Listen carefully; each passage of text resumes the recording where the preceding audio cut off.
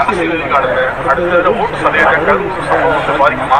அவர் மீண்டும் சினிமாவுக்கு நடிக்க வருவார் நினைக்கிறேன். அந்த ஆர்வம்னா நான் சொல்ல விரும்பல. விஜய் அவர்களுக்கு நான் ஒன்னே ஒன்று சொல்ல விரும்புகிறேன். கேட்டீங்கன்னா ஒரு தகப்பை எந்த தகப்பனும் தன்னுடைய மகன் கெட்டு போகணும்னு நினைக்க மாட்டான். தன்னுடைய மகன் நாசமா போகணும்னு நினைக்க மாட்டான்.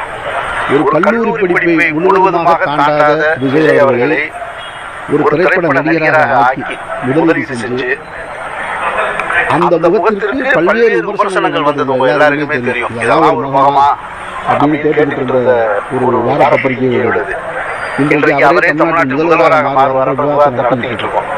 அப்ப அதிலிருந்து அவருடைய திரைப்படங்கள் எப்படி இருக்கணும், அவர் எப்படி வெற்றி அடையணும், எல்லா வகையிலும் அவருடைய அரசியல் பாதை நோக்கி நகர்ந்தது அவருடைய தந்தையார் தான். அவர் இன்றைக்கு வச்சிருக்கக்கூடிய புதிதாக இவருக்கு பின்னால் சேர்ந்த யாருமே ஒரு நாளும் அவருக்கு உண்மையாக இருக்க மாட்டாங்க.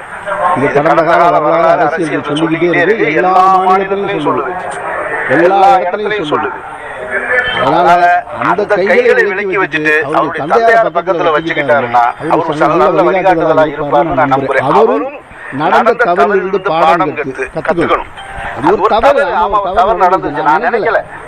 யாருமே தமிழக முதல்வர் ரொம்ப கனிவா அன்பா சொன்னாரு, அதை ரொம்ப ஏற்கிறேன் நான்.